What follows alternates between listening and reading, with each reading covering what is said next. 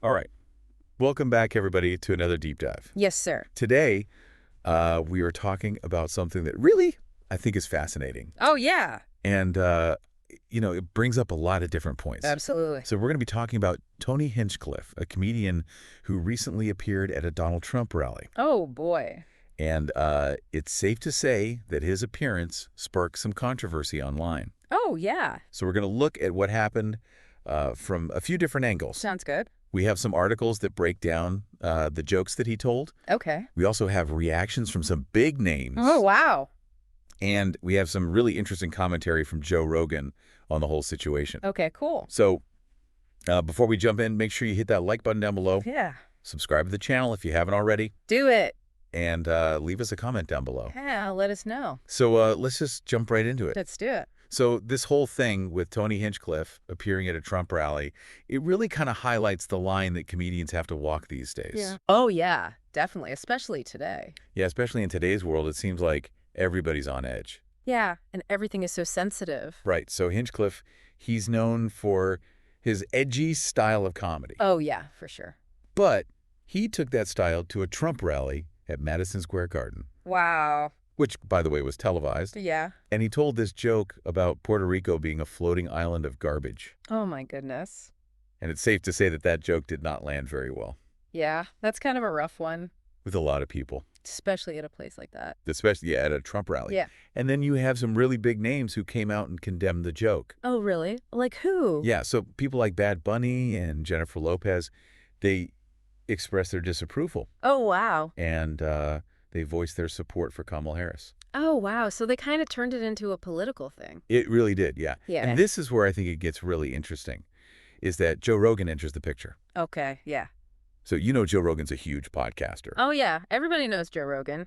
And he's actually friends with Tony Hinchcliffe. Oh, I didn't know that. Yeah, and he was actually the one who suggested that Hinchcliffe write jokes for Trump's rallies. Oh, wow. So he had a lot to say about the situation. Yeah, I bet. So Rogan, he went on his podcast, The Joe Rogan Experience, I've heard of that one. and he defended Hinchcliffe. Okay. He argued that the jokes work in a comedy club setting. That makes sense. Yeah, because that's Hinchcliffe's natural habitat. Yeah, I could see that. You know, he's used to being on stage in a comedy club. Right. And Rogan makes this really good point. He says that rallies are not meant for stand-up routines. Yeah. He compares it to, like, critiquing a scene from a Quentin Tarantino movie for being violent. That's a great analogy. Right. It's like you're not going to go to a Quentin Tarantino movie and expect it to be a family film. Yeah, you know what you're getting into. Right, exactly. Yeah. And then Rogan even calls out Barack Obama for repeating the joke without acknowledging the comedic context. What? Yeah, it's like Obama took the joke as a serious statement, Oh, no. when really it was just a joke. Yeah, you have to know the context. Exactly. Yeah. And Rogan, he believes that this whole controversy is going to blow over.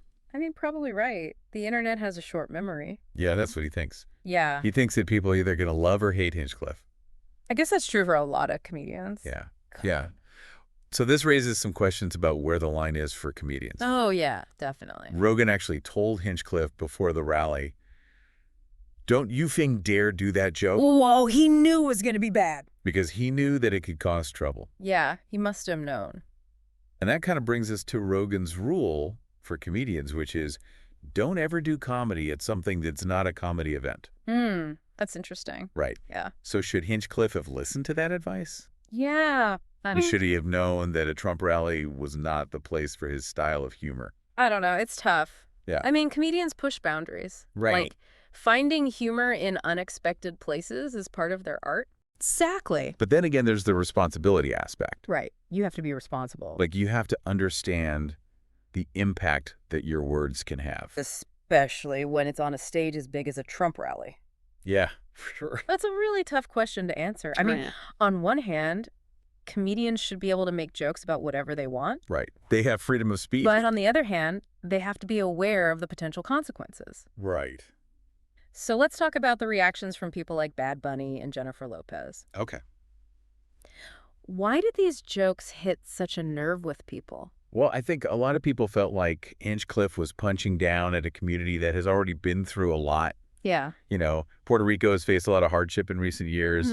Right. And so this joke, it just kind of reinforced these negative stereotypes. It kind of felt insensitive. Yeah, exactly. And it highlights the power that comedians have. Yeah. Because even if they don't intend to cause harm, Right. their words can still have a negative impact, especially when they have a large platform. Exactly. Yeah. And this whole thing with Hinchcliffe, it really kind of shines a light on this blurring of lines between entertainment and politics these days. Yeah, that's true. Are rallies becoming more like entertainment spectacles? It's possible. Or are comedians just venturing into political territory more often? I think it's a little bit of both.